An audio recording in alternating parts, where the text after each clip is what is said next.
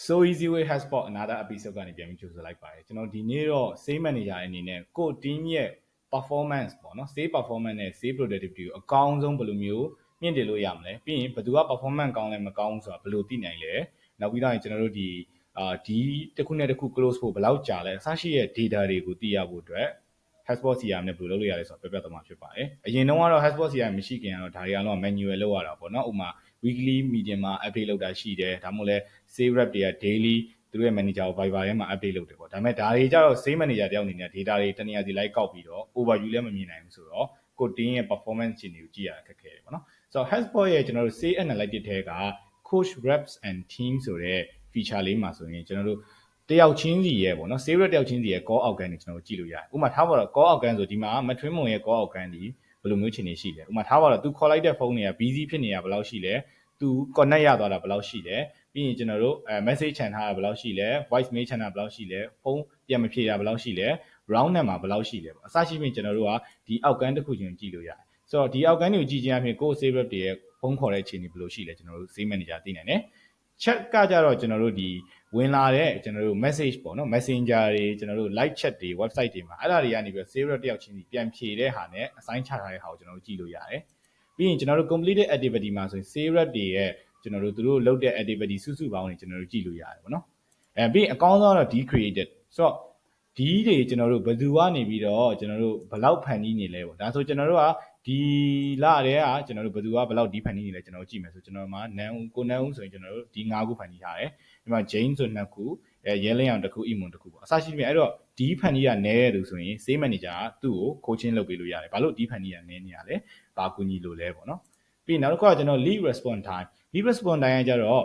sales rep တယောက်ကို assign ချလိုက်တဲ့အချိန်ကနေ contact တစ်ခုပေါ့နော် inquiry ဝင်လာတဲ့ဥပမာနန်းဦးကို assign ချလိုက်တဲ့အချိန်ကနေစပြီးတော့နန်းဦးကအဲ့တယောက်ကိုဖုန်းခေါ်တဲ့ contact လုပ်တဲ့အချိန်ကြီးဘယ်လောက်ကြာလဲဆိုတော့ track ပေးဆိုတော့ဒါကိုသိရဆိုရင် sales manager အနေနဲ့ဒီ sales rep ကအလုပ်ကောင်းကောင်းလုပ်လားမလုပ်လားကျွန်တော်တို့သိနိုင်တယ်ဥပမာထားပါ for example ကျွန်တော်ဆိုရင် assign ချလိုက်တဲ့အချိန်နေစပြီးတော့ဖုန်းခေါ်တာဒါမှမဟုတ်သူ့ကို email ပို့တာဒီကြာတဲ့အချိန်ပေါ့နော်ပြန်မြ average lead response time 34နာရီဖြစ်နေဒါဆိုတော့နည်းနည်းတော့စိုးရမစိုးဘူးပေါ့နော်ကျွန်တော်တို့တချို့ဆိုရင်1ရက်နဲ့4-5-6ရက်လောက်ကြာတယ်တစ်ပတ်လောက်ကြာမှခေါ်တာရှိတယ်ဒါပေမဲ့တကယ်ပိုကောင်းတဲ့ performance မှာ Jane ဆိုရင်ကျွန်တော်တို့12မိနစ်အတွင်းကိုခေါ်တယ်သူ့ကို hey Jane ရေဒီ contact ကိုဖုန်းခေါ်လိုက်ဆိုတော့သူက12မိနစ်အတွင်းခေါ်သွားတာဖြစ်တဲ့အတွက်သူက performance ကောင်းတယ်လို့ကျွန်တော်ပြောလို့ရတယ်ဆိုတော့ဒါကိုကြည့်ခြင်းအပြင်တယောက်ချင်းကိုကျွန်တော်တို့ပြန်ပြီးတော့ပြောလို့ရတယ်မင်းဘာလို့ဖုန်းခေါ်တာကြာနေလဲဘာခက်ခဲနေလဲ sales manager တောင်းနေနဲ့ဘာလုပ်ပေးရမလဲပြီးတော့ meeting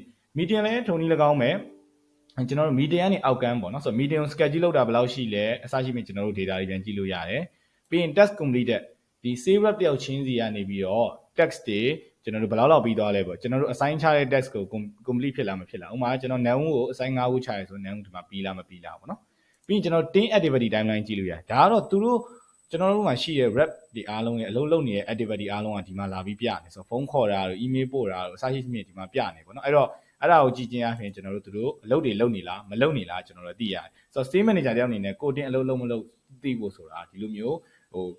visibility ကောင်းပြီးတော့ transparent ရှိတဲ့ reporting system ရှိမှာပဲကြည့်လို့ရမှာပေါ့နော်ပြီးတော့နောက်တစ်ခါတော့ time span in d stage ဒါကဘာကိုပြောချင်တာလဲဆိုတော့ကျွန်တော်တို့ဒီအဆင့်တစ်ခုကနေတစ်ခုကျွန်တော်တို့သွားဖို့အတွက်ပေါ့နော်အချိန်ဘယ်လောက်လောက်ကျွန်တော်တို့ယူနေလဲဆိုတာကိုပြပေးတယ်ဥပမာထားပါတော့ကျွန်တော်တို့ဒီမှာဆိုရင်rep တယောက်ချင်းစီကြည့်လို့ရတယ်လို့အုပ်စုလိုက်လည်းကြည့်လို့ရတယ်ဒီမှာဆို for example ထားပါတော့ဒီမှာ Jane ဆိုရင်သူကkey person ကို connect လုပ်ဖို့အတွက်38စက္ကန့်ပဲအချိန်ကြာတယ်ဒါပေမဲ့ initial appointment ရဖို့အတွက်တော့သူက54နာရီကြာတယ်ပြီးရင်ကျွန်တော်တို့ဒီ proposal stage ရောက်ဖို့ဆိုရင်တော့3ရက်ခွဲကြာတယ်ပြီးရင်တော့ကျွန်တော်တို့ proposal stage ကနေ contract ချုပ်ဖို့ဆိုရင်8ရက်လောက်ကြာတယ်ပေါ့နော်ဆိုတော့ဒီ stage အဆင့်တစ်ခုကနေတစ်ခုကိုပြောင်းတဲ့အချိန်မှာဘယ်လောက်ကြာလဲဆိုတာကိုမူတည်ပြီးတော့ sales rep ရဲ့ performance ကိုကျွန်တော်တို့ကြည့်လို့ရတယ်ဒါပေမဲ့ဒီနေရာမှာမြန်တိုင်းလည်းကောင်းတာမဟုတ်လို့နေ့တိုင်းလည်းအဆင်မပြေတာတော့မဟုတ်ဘူးပေါ့နော်ဆိုတော့ sales manager တယောက်အနေနဲ့ဒီလို transparent ဖြစ်ပြီးတော့မှ overall ပေါ့နော်ဒီ activities performance ကိုကျွန်တော် productivity ကိုကြည့်လို့ရတဲ့ software မျိုးကကျွန်တော်တို့ HubSpot နဲ့လုပ်ရင်အဆင်ပြေပါတယ် HubSpot နဲ့ဆိုရင် so easy ပါ